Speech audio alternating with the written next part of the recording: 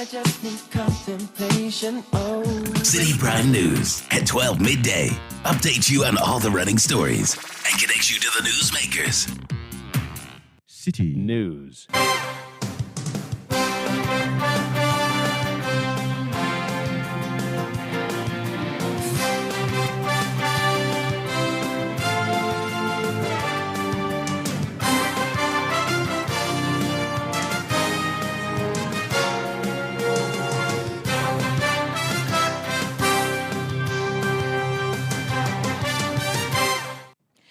It's midday. Hello, good afternoon, and welcome to the Citi Prime News, which is live from our studios at number 11 Dr. Morton Loop in Adabraka, Accra. It's also live on all our partner stations across the country. The news is also live across the globe on citinewsroom.com, Citi 97.3 FM on Facebook, and CitiTube on YouTube. I'm Wilma Obobisa Coleman, and this afternoon I'm here with Kweku Ediamansa. Coming up in the next 1 hour, inflation for the month of May rises marginally to 42.2%. For the month of May 2023, Consumer Price Index stood at 178.7 relative to 125.7 that was recorded for the same time period in May 2022. The relative change in these two price indices culminates in a rate of inflation of 42.2% for the month of May 2023. Also coming up, Bank of Ghana cautions the general public to desist from engaging in digital lending activities with unlicensed entities as they breach customer data and privacy laws. Still ahead, Fair Wages and Salaries Commission dispels claims of witch hunting in the organization in its nationwide payroll monitoring exercise. And later, Makayili Primary School in the Nanumba North Municipality of the Northern Region finally get furniture following a Citi News report that highlighted how students lie on their bellies during classes. Stay tuned as we bring you details of all that and more on the Citi Prime News, which is also live on all our affiliate stations. In the Western Region, we're on Premier FM 100.5 in Takoradi and Beach 105.5 in Takoradi 2. In the Bono region, we're on Greener FM 95.9 in Sunyani. In the Ashanti region, we're on Orange FM 107.9 in Kumasi. In the Volta region, we're on Akpene Radio 96.7 in Pandu. We're also live on Heritage FM 107.3 in Hohwe. In the northern region, we're on Dasuma 99.1 in Yendi. In the upper east, we're on Word FM 88.3 in Zuarungu. In the upper west, we're on Westlink 88.1 FM in Laura. And in the northeast, we're on Eagle FM 94.1 in Wali Wali. Citi Prime News at 12 midday. Update you on all the running stories and connect you to the newsmakers. Grateful for your time this afternoon. We'll settle for the details of our stories now. Now, the Court of Appeal has set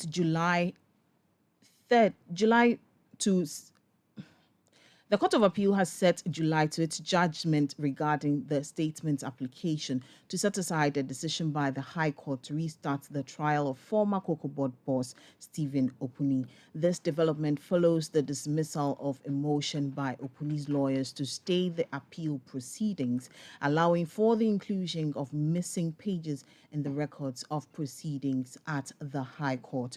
We're joined over the phone lines by my colleague Hansen Ajman to tell us more. Hansen, good afternoon. Thanks for joining us. What can you report? So the Court of Appeal set today, June 14, to deliver its ruling on a motion by lawyers for the former boss of Cocoa Board, who has been standing criminal trial for a number of years now. The lawyers of Stephen Opuni had applied to the court that the appeal case that had been brought to the Court of Appeal based on a decision by the High Court should be stayed because the records of proceedings from the High Court transmitted to the Court of Appeal, they don't have the full documents from proceedings at the High Court. And in their opinion, they thought that it was going to be inimical to the adjudication of the matter. And so when the court sat today, the Court of Appeal indicated that they have considered the arguments by the defense lawyers and also considered the arguments by the state led by Attorney General Godfrey Dame, and in their view, the said missing documents were minute and not material enough for the purpose of determining the instant matter. And they didn't think that the fact that those documents were missing will in any way affect the fair adjudication of the matter. As a result, the Court of Appeal then dismissed the motion brought before it by lawyers of Stephen Opuni. So having dismissed that motion, then came to the matter of the appeal itself. Now, remember, the appeal is with respect to the decision of the High Court to start the trial of Stephen Opuni from scratch. And so the state is saying that that decision taken by the High Court is a miscarriage of justice. And so they are applying to the Court of Appeal for the Court of Appeal to overturn that decision. So then the Court of Appeal made some directions as far as the appeal is concerned. And the directions are as follows. The prosecution, which is the state, is supposed to submit its statement of case as its submissions as far as the matter is concerned by June 16. And after it has submitted those the submissions, the defense in the matter, Stephen Opuni and the others who are standing trial, have a week to then submit theirs. And July 3, the court will then deliver a judgment on the matter. Thank you so much for that update. That was my colleague Hansen Ajman there. Now, a former security coordinator for the Central Region, John Oforiatta, has filed a defamation lawsuit against Professor Frimpong Boateng, the former chairman of the Interministerial Committee on Illegal Mining. The lawsuit stems from accusations made by Professor Frimpong Boateng in his Galamsey report, which implicated Oforiatta in money laundering and illegal sale of excavators. Mr. Oforiatta is seeking a declaration that the accusations are defamatory, along with 5 million Ghana cedis in damages and an injunction to prevent further reports by Professor Frimpong Boateng. This lawsuit adds to the legal challenges faced by Professor Frimpong Boateng, who has been sued by multiple individuals named in this report. Now, away from that, inflation has gone up for the very first time this year, rising from 41.2% in April to 42.2% in May. This was made known by the Ghana Statistical Service. According to the government statistician, Professor Samuel Komna Enim, the main drivers of inflation are food and non-alcoholic beverages, which constituted 52.4%, housing, water, electricity, gas and other fuels at 13.1%, and transport being 9.2%. Clothing and footwear saw a 6.4% increase, while furnishings and household equipment had 4.4%. Insurance and financial services constituted the lowest with 0.1%. Speaking to journalists and other stakeholders at the Kumasi Technical University, the government statistician, Professor Samuel Komna Enim, stressed that the data from the Ghana Statistical Service is credible as extensive research has been conducted. For emphasis, we do not calculate the inflation for the 47,877 items because we do not have weight across the different brands of a particular item. Consumer Price Index and rate of inflation for the month of May 2023. For the month of May 2023, Consumer Price Index stood at 178.7 relative to 125.7 that was recorded for the same time period in May 2022. Given these two indices, that is 178.7 for the month of May 2023 and 125.7 for the month of May 2022, the relative change in these two price indices culminates in a rate of inflation of 42.2% for the month of May 2023. 42.2% for the month of May 2023 means that between the month of May 2022 and May 2023, over that 1 year period, generally prices of goods and services have gone up by 42.2%. Annual rate of inflation for the month of May 2023 stood at 42.2% for May 2023. This compares with 41.2% that was recorded for April 2023. So on a year-on-year basis, between April 2023 and May 2023, we see a 1.0 percentage point in the rate of inflation. On a month-on-month basis, that is between April 2023 and May 2023, the consumer price index for April 2023 stood at 170.5 indices relative to 178.7 that was recorded in May 2023.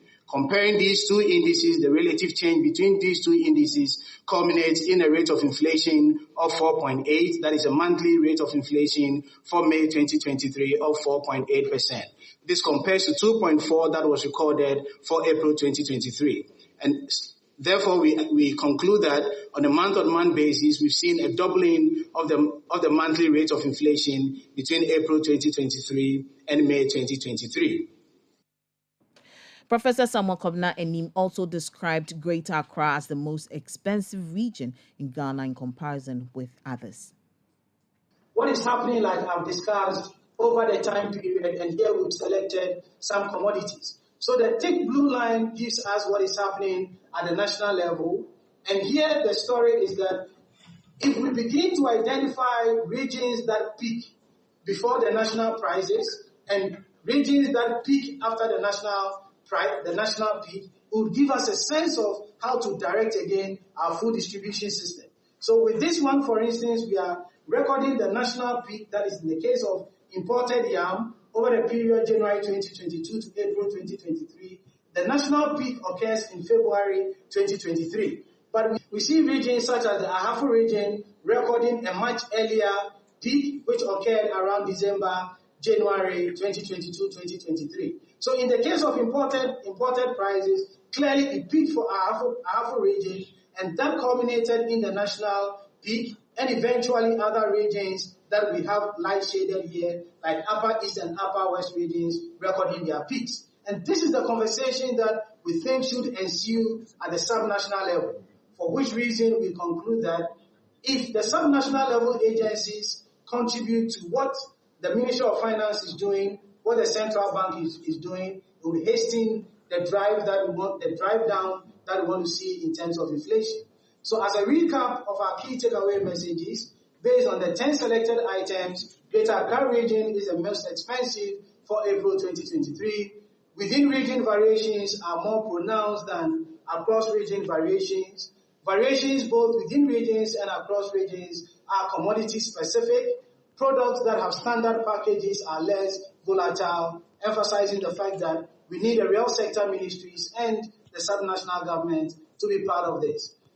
Vice Chancellor colleagues, let me commend colleagues who have contributed to this report. As I indicated, it's the maiden report. We are looking forward to institutionalize it, looking forward to collaborations to expand the scope, to add to the stock of official statistics that we produce in the country. So permit me to commend the head of price statistics.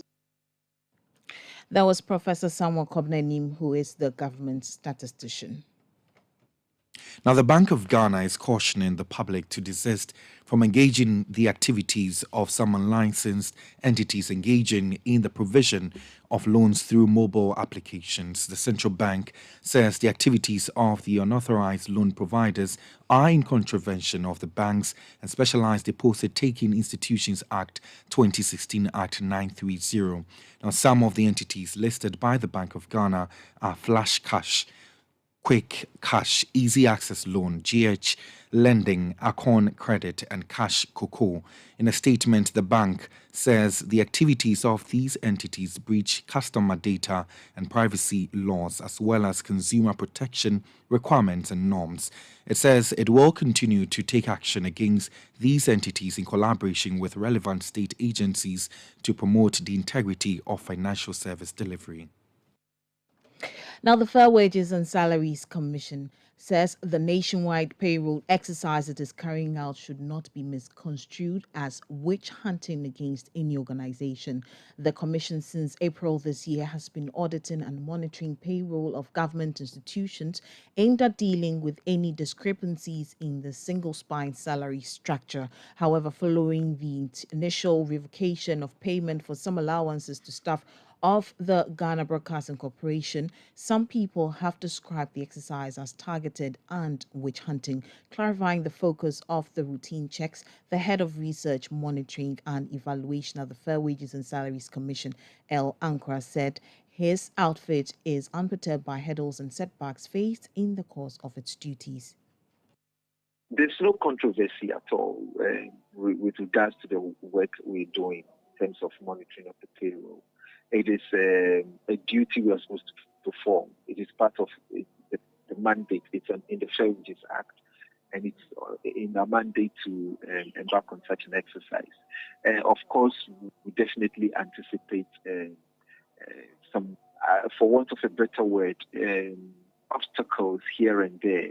It's all in the spirit of ensuring that we come up with information that is accurate and that is consistent with the spirit of ensuring that there are no anomalies in the application of allowances across board. So it is not targeted at any particular organization. It is not a witch hunt exercise. It is just routine monitoring. As we speak right now, a number of our teams have gone out there to engage with organizations which we have previously engaged, come to review their information and going back to inform them about whatever we discovered and if there are corrections that must be made. So it's cordial. El Ankra is the head of research, monitoring and evaluation at the Fair Wages and Salaries Commission. Let's do more stories. And the Borno East regional chairman of the New Patriotic Party, the NPP, Ibrahim Baba Bukari, has been airlifted to Accra for treatment following a car crash that has left him in a critical condition. Mr. Bukari was hit by a vehicle while riding a motorbike in the Asin North constituency as part of campaigns for the impending by-election. The incident happened on Monday, June 11. He was receiving treatment at the St. Francis Xavier Hospital before being transferred to Accra. According to the Asin North NPP constituency secretary, Stephen Asamoah, the party suspects foul play. Borno East regional chairman, Oka campaign team. Yelena Yajuma, Ofa, Asin North Mpotemo Hadia, with Chin constituency na. Our brother, the Borno East Regional Chairman, has been with us for several weeks campaigning. There are places you need to go with motorbike, so that was what he has been using for the campaigns. After the day's work, he decided to go buy something from town. Once he moved, we saw a black vehicle follow him. The driver intentionally hit him and sped off. And a car, a black, Edinachi, into Womu, I assembly could be a yes, see a assembly block, and then more training prepare, be the car, a bona, when you cry, Uchia, or the fast. Stephen Asamoah is the Asin North NPP constituency secretary in the central region. You're still listening to the Citi Prime News live from our studios here in Adabraka, Accra. My name is Wilma Bobisa Coleman and I'm here with Kweku Ediama Ansa. Still ahead in the bulletin, Mayakakili Primary School in the Nanumba North Municipality of the Northern Region finally get furniture following a Citi News report that highlighted how students lie on their bellies during classes. We'll bring you details of that story and others shortly. Do stay with us. Citi Prime News at 12 midday updates you on all the running stories and connects you to the newsmakers.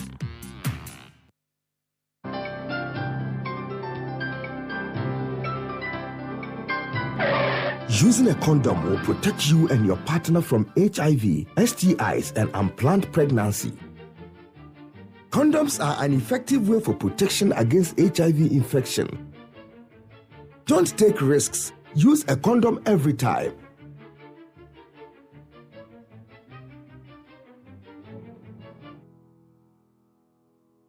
Always come prepared. This advert is brought to you by the Ghana AIDS Commission and Ghana Health Service.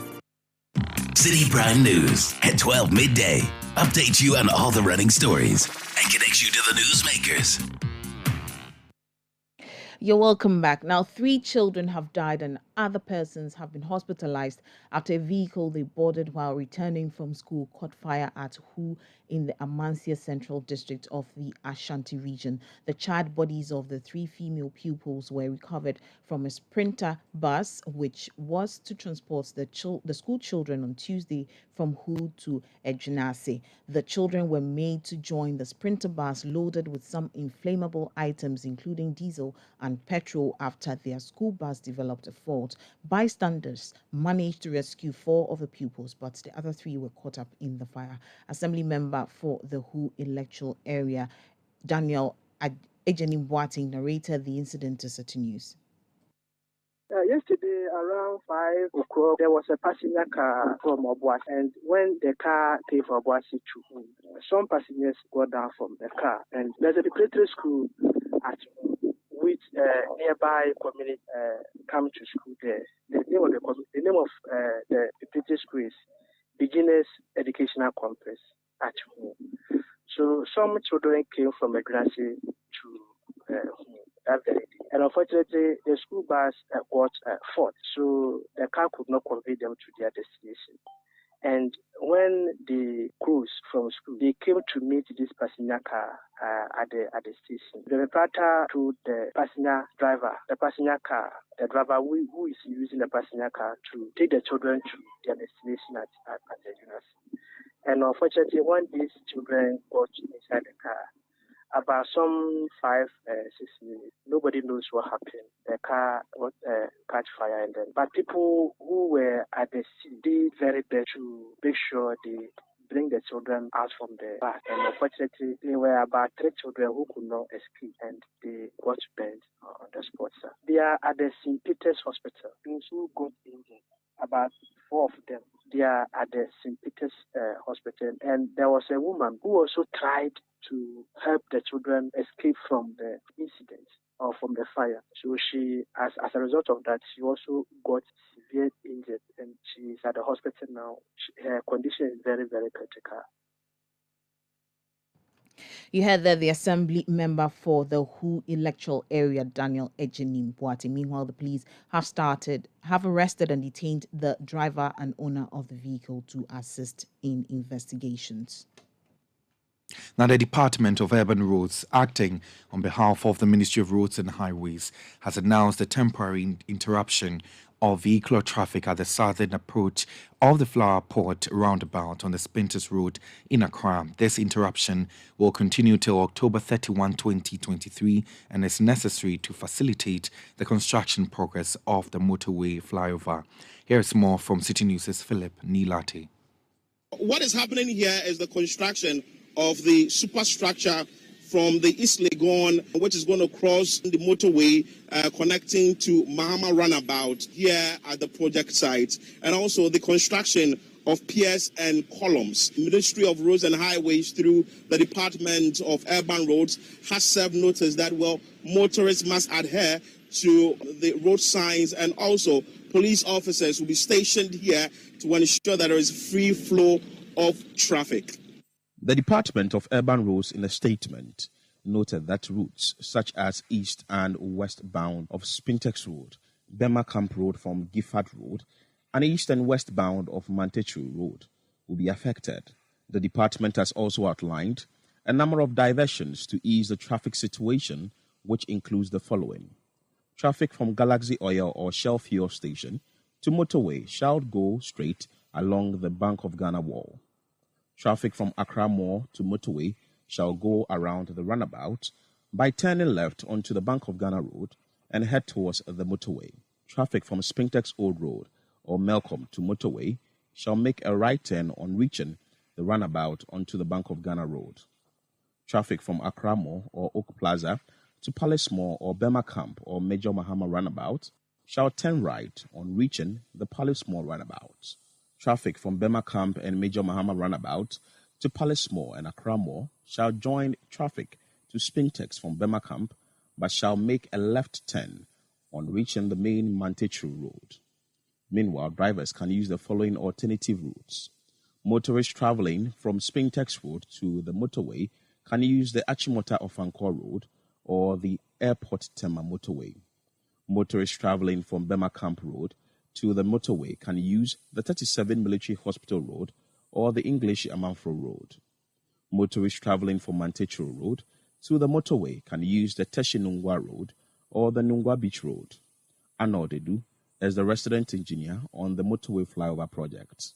We are implementing a traffic management plan so that construction of the flyover from the flower port across the motorway into Legon can be carried out. At the moment, the contractor is working towards Palace Mall area, going down to the road leading down to Mahama Roundabout, where there was a traffic light at the Palace Mall. That is where work is concentrated now. So that is why we have to implement certain traffic management measures so that traffic can flow and while the contractor is working. Together with the Flower Port Roundabout, work is going on the main route from Flower Port Roundabout towards the Mahama Roundabout and on the opposite side towards the motorway. So certain diversions have been put in place, certain routes, certain access have been blocked.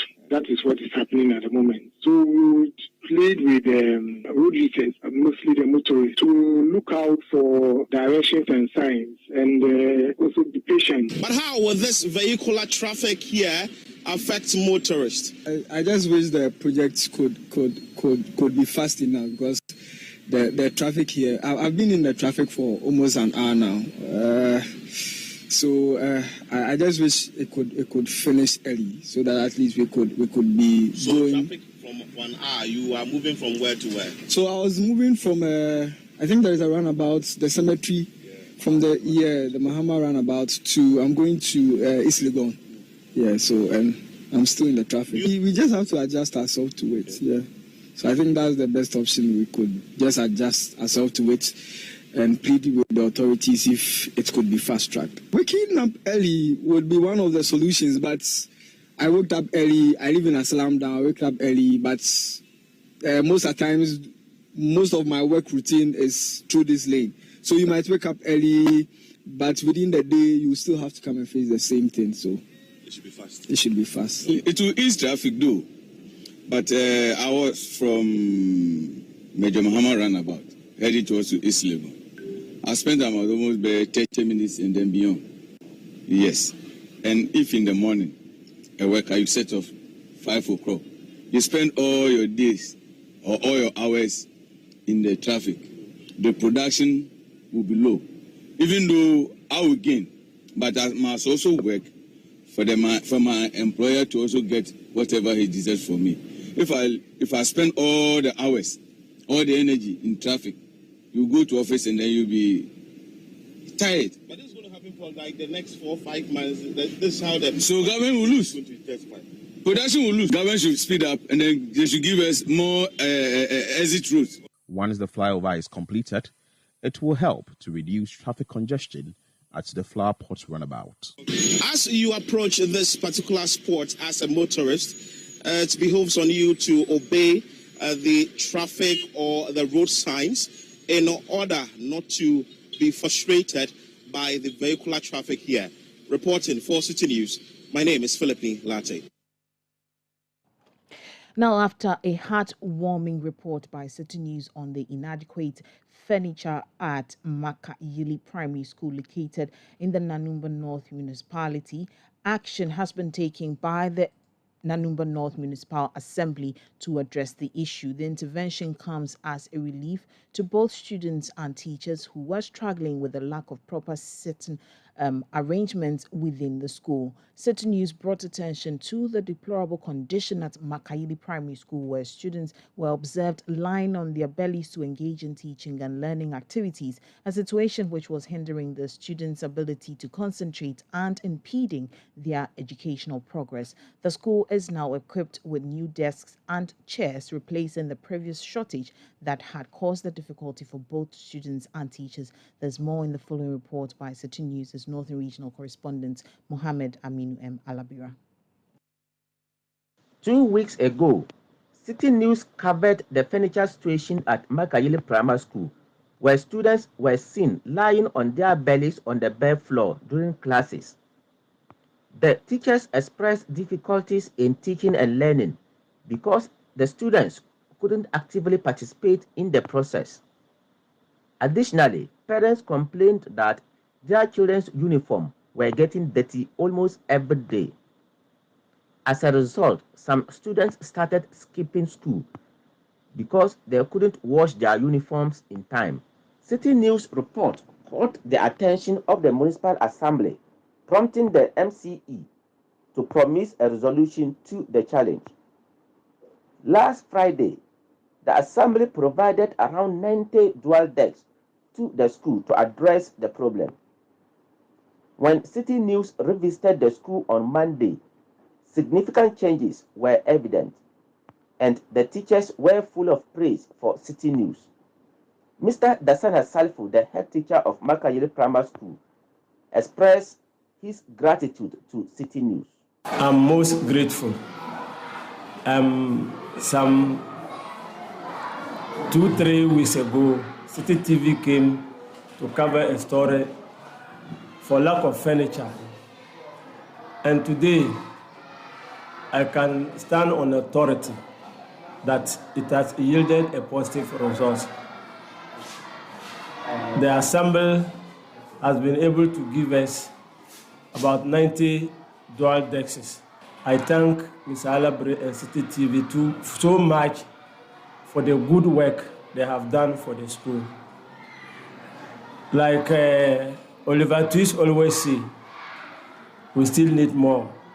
There was another report about certain individuals in the community using the classrooms as restrooms.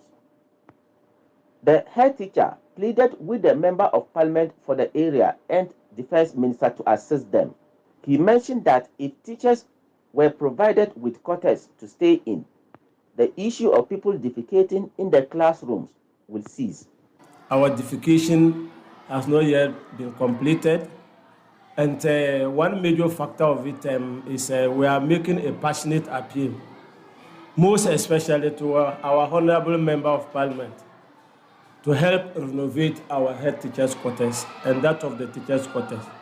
If teachers are around, I believe with regards to the defecation, we'll be able to fight it. The Municipal Chief Executive for Nanumba North, Honorable Abdullah Yakub, also commended Citi News for reporting on the challenges faced by the schools. He added that the Assembly is still working to address the furniture situation in the municipality. I want to thank your station for airing the problem of what Makayili Primary. It's not a problem that I was not aware of. It was just that the resources of the Assembly was not enough to be able to provide furniture for all schools. We have over 100 basic schools in the municipality, and we do the furniture as and when we get our funding.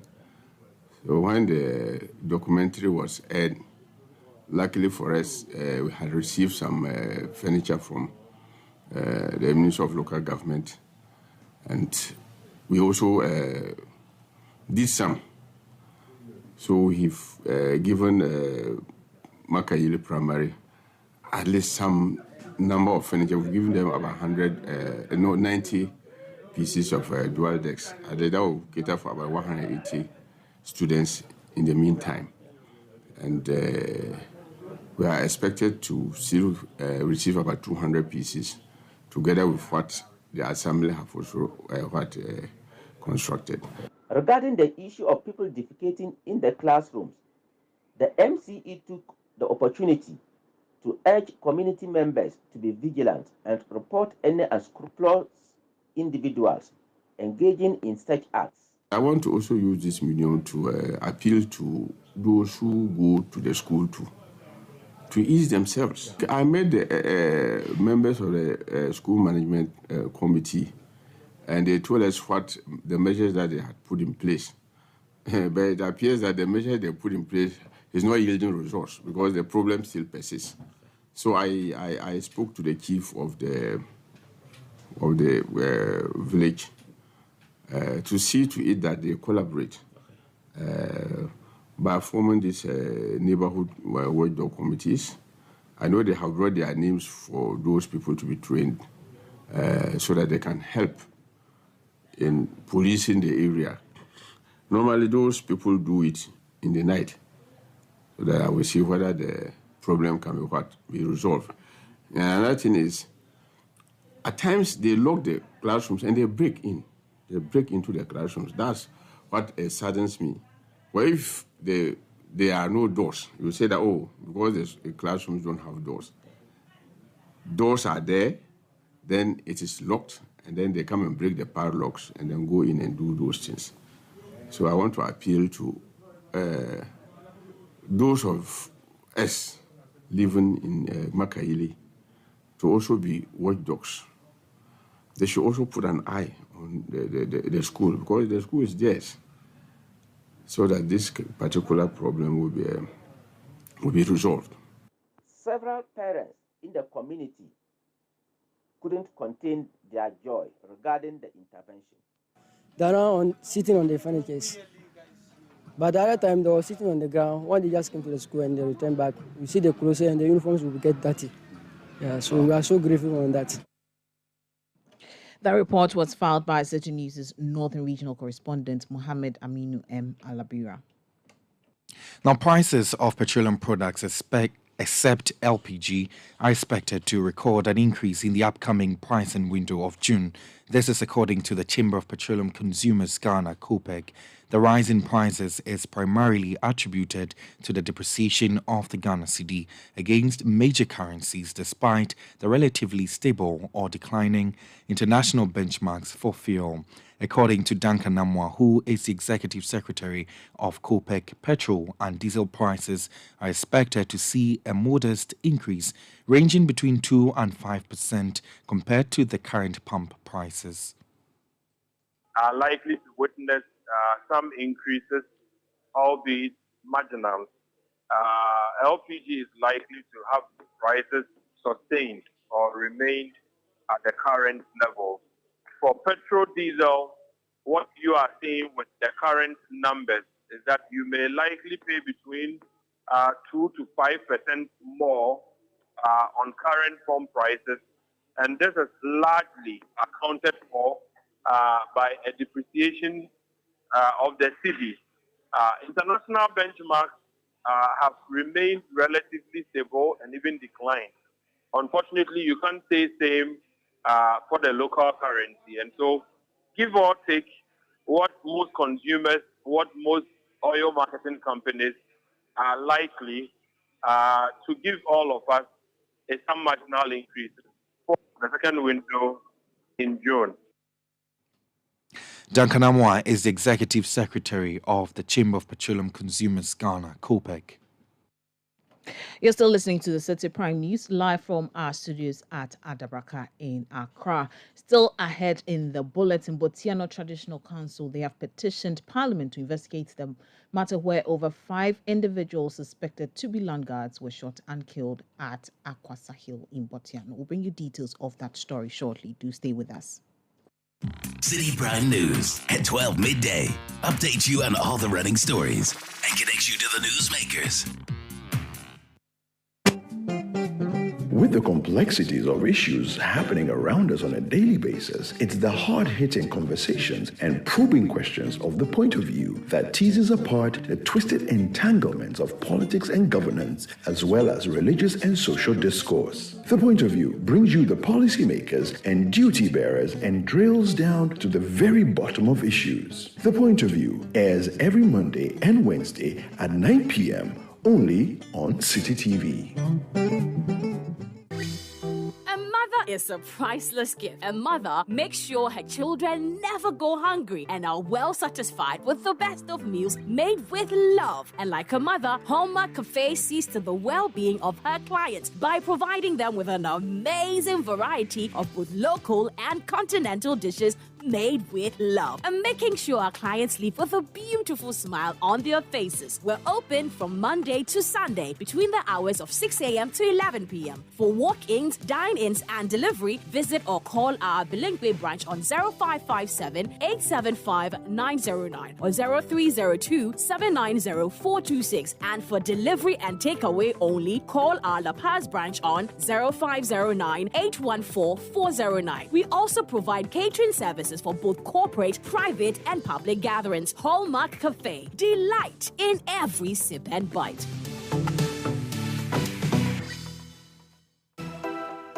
After a keenly competitive audition, we finally have our top 10 contestants for The Voice Factory Season 5, and they are A.G. Wilson, Riguello, Cleos, Ernest, Bella, Jeriel, CLOB, Titi, Princess, Serum. For the next 13 weeks, the city will come alive as we bring to your screens live performances of Season 5 of The Voice Factory every Saturday. Tune into Citi TV at 6:30 p.m. to witness how raw talents are transformed into superstars. The Voice Factory Season 5 is powered by Citi TV with support from 97.3 Citi FM and proudly sponsored by Ebony Condoms, Nalo Solutions, Eddie's Pizza, McBerry Twist Cupcakes, and Copan Hospitality.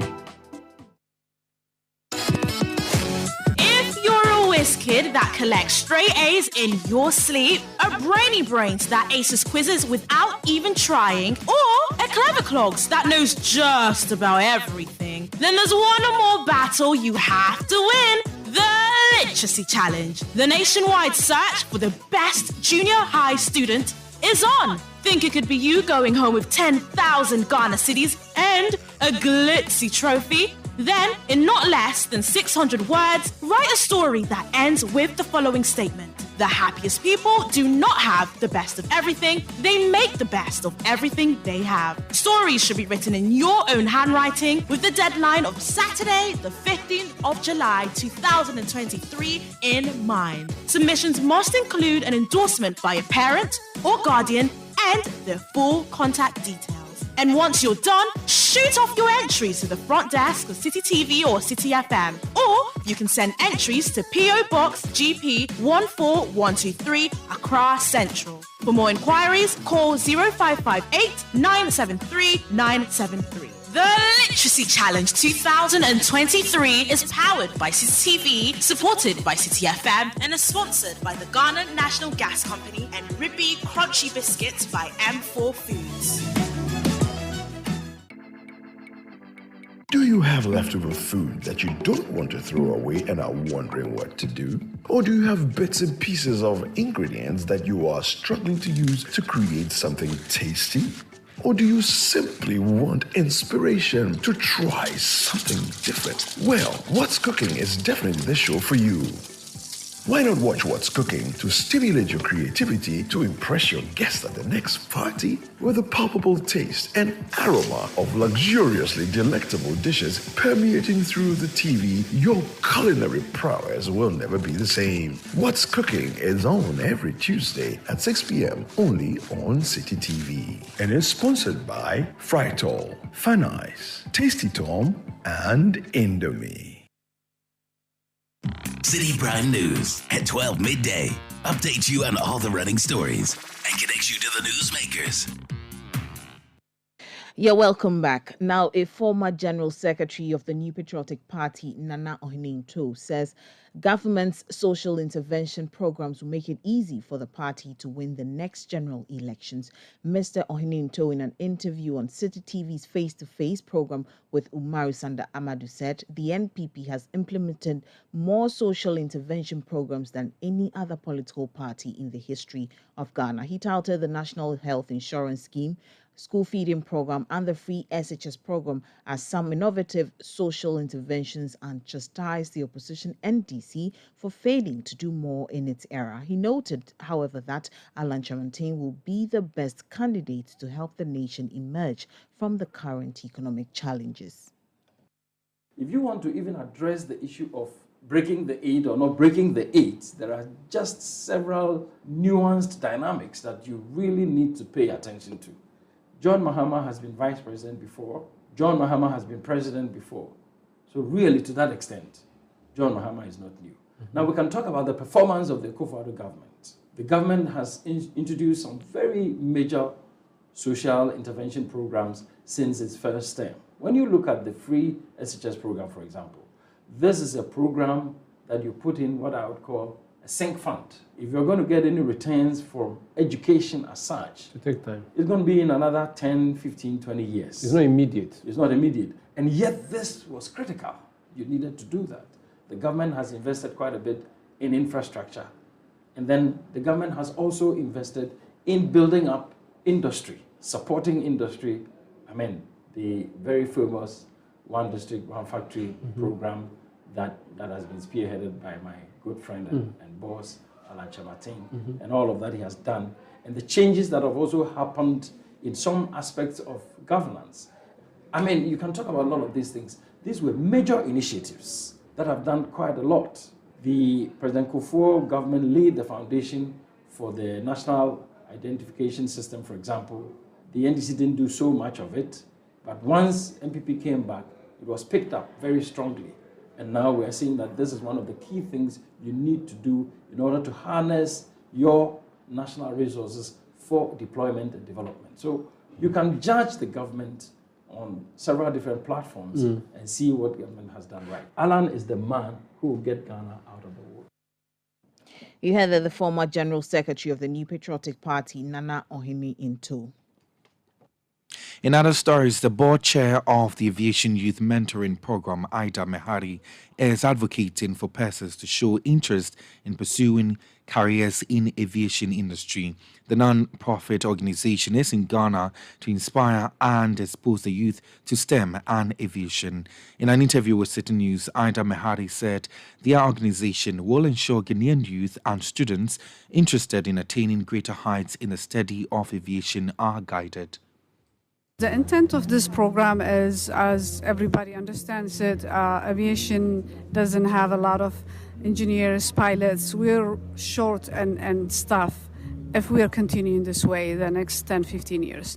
So we are here to activate the youngsters' brain to say aviation is open for everybody. It's not only for science, it's not only for pilots.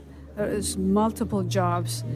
This is our first interaction with Ghanaian students. I'm hoping they understand what aviation means. We have a scholarship this year. We're still working on the scholarship winners. But today, yes, we want them.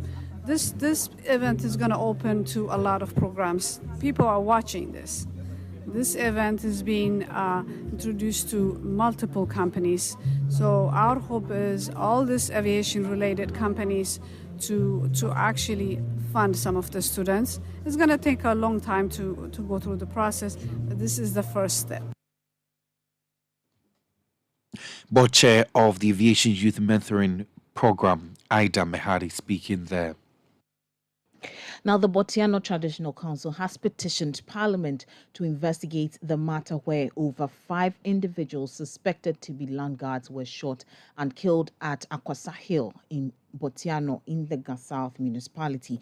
According to Ni Kojo Mansa, the Mankralo of Botiano, the incident has sparked widespread criticism among traditional authorities in Botiano. Police say the suspects were shot dead after they engaged in a shootout with them on Thursday, June 8, 2023. We're joined over the phone lines by our Central Regional Correspondent, Calvis Tete, to tell us more. Calvis, good afternoon and thanks for joining us. Now, tell us the general mood in the community after this incident. Well, Wema, the mood in the Akwasa Hill community is a sad one. Some other residents are also happy. They are saying that the killing of these individuals is a win for them because the individuals are land guards who have been terrorizing residents of the area. But then on the side of the chiefs and traditional authorities, they still cannot understand why up until now the police have not given them access to the bodies, one. And then they're also questioning the number of persons who were killed in the shootout. They are saying, according to them, they are saying 9 people were killed in the shootout, but the police statement is also saying they are 5. So traditional authorities are worried. They can't actually make headway of this issue. So as we speak now, from what we know, they are still in a meeting discussing the issues together with the MP for the area, Sylvester Tete. I hear they have also petitioned him, and they have also petitioned Parliament to look into the matter and find a solution to the issue. But if you ask me, the community is sad. Wilma. Now, Calvis, you mentioned the Botiano Traditional Council. They have petitioned Parliament. Yesterday, the second Deputy Speaker, Andrew Amuapun Isiama, he tasked the Defense and Interior Committee and also the Constitutional, Legal and Parliamentary Affairs Committee to probe the incident there. What have the people been saying? Are they satisfied with this? Well, and they are for that one. They are happy that at least, they have made a move to prompt government and Parliament about what has happened in Botiano, and that they are hoping that government will look into the matter and come out with a roadmap that is going to help resolve the issues. They really want to know what actually happened. According to traditional authorities, they don't believe that some of them who were killed were land guards, as the police is claiming. So they hope that government will set up a committee to look into the matter and bring it to finality, Wilma. Well, thank you so much for that up-to-date. Our City News' Central Regional Correspondent, Calvis Tete there. Now, the Tamale Teaching Hospital has taken significant steps to enhance the performance of pediatric surgeries by setting up a dedicated pediatric theatre. The hospital's management, however, recognizes the need for additional specialized departments to further enhance the efficiency of services. There's more in this report. Facilities has long been a prominent challenge faced by the Tamale Teaching Hospital. Until recently, the hospital lacked a dedicated theatre for children, forcing them to share space with adults. This situation, as health officials have explained, led to delays in surgeries and increased child mortality rates. In 2022, the hospital successfully carried out 228 major pediatric surgeries, marking an increase from the previous year's numbers of 313 in 2021 and 263 in 2020. To address this issue and provide improved health care for children, the TTH, with the general support of Smile Train, has established a state-of-the-art pediatric theatre designed to create a child-friendly environment. Through the collaboration with Kids OR Smile Train, we've had this new the surgical theatre dedicated for children. So it means that this theatre will only be used for children's operations. And that's going to increase the turnaround time. And then it will do the delays, and then it will improve the quality of care that will provide to children. And it's not only the theatre, it's the recovery ward as well, and then the pediatric surgery ward as well. In the past, we didn't have a ward dedicated for children. Now we have a ward dedicated for surgical patients who are children. And that's going to help in terms of quality of care that we provide to children. Right now, we don't have the pediatric ventilators. So we have one here, but we need one at the recovery ward. So when children need to be ventilated, we can use that as well. And then we have a lot of subspecialties as well. We have thoracic surgery, plastic surgery. All these subspecialties are coming on board. So we need to provide operation space for all these new subspecialties that are coming. In addition to the pediatric theatre, the hospital has also introduced a new computer tomography CT scan machine at the emergency unit, which will supplement the existing one. The new CT scan was provided by the Minister of Health. So we take this opportunity to thank the Minister and the Minister for providing us the CT scan. It was donated as part of the COVID response. So that was our share of the government spending on COVID infrastructure. So, but then we need other things. Still, we don't have an MRI scan for the whole of the northern part of the country. And then we need more the anesthesia machines, these machines. So if we have more anesthesia machines, we could have more operation space. So we can take care of a lot of more complex cases than we are currently doing. The senior programs officer for Smile Train expressed their belief that this initiative will inspire the staff to deliver high-quality healthcare services for children. This is the first of its kind in the whole of Ghana.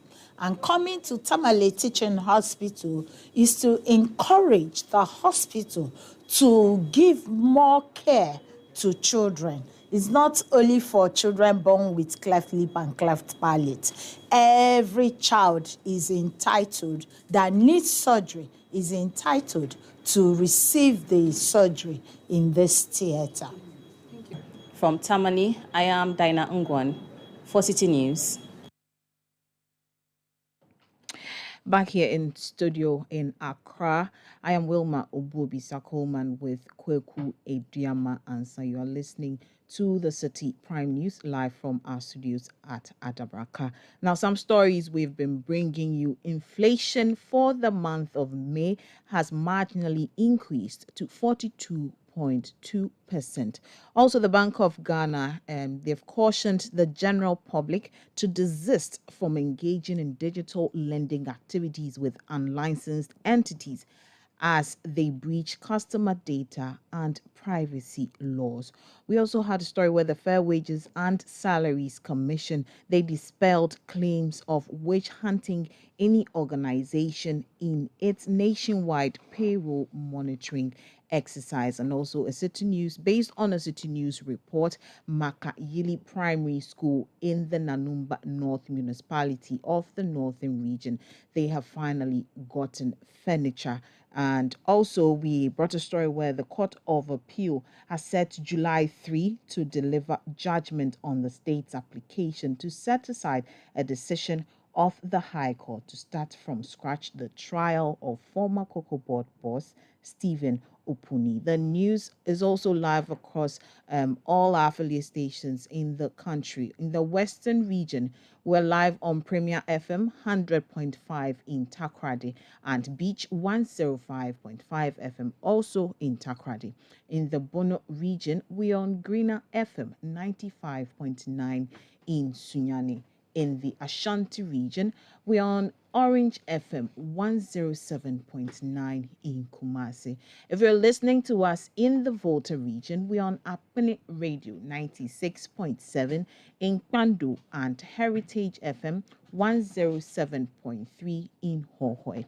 In the northern region, we're on Dasuma 99.1 in Yendi. In the Upper East, we are live on Word FM 88.3 in Zuarungu. In the Upper West, we're on Westlink 88.1 FM in Laura. And in the Northeast, we're on Eagle FM 94.1 in Wali Wali. And that's all time would allow us for on today's edition of the Citi Prime News, which has been live from our studios at Adabraka in Accra. For more news, do well to log on to our website, citynewsroom.com. I am Wilma Ububi Sakoman, and this afternoon I was here with